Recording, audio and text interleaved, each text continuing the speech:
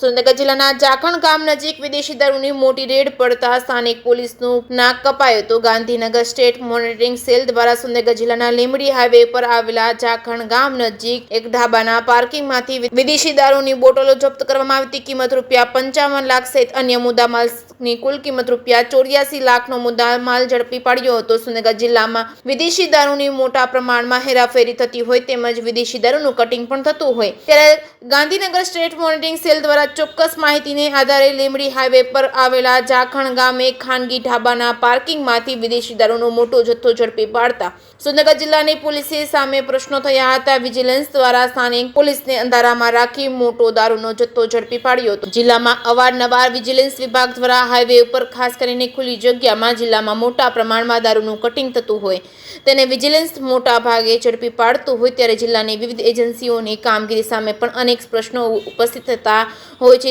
જિલ્લા પોલીસ વડા દ્વારા વિદેશી દારૂ જુગાર તથા સામાજિક પ્રવૃત્તિઓ પર સદંતરપણે બંધ કરવાના જિલ્લા પોલીસ વડાએ સૂચના આપ્યા હોય વિજિલન્સ વિભાગ દ્વારા મોટા પ્રમાણમાં દારૂ ઝડપી પાડ્યો હતો જેથી સ્થાનિક પોલીસની સામે પણ આગામી સમયમાં કડક પગલાં લેવાય તેવું જણાવી રહ્યું છે।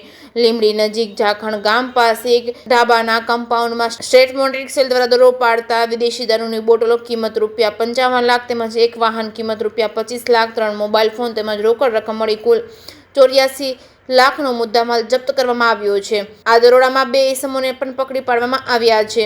જેકે સિંહ સાથે મહેશ ઉતેરિયા, સુરેન્દ્રનગર।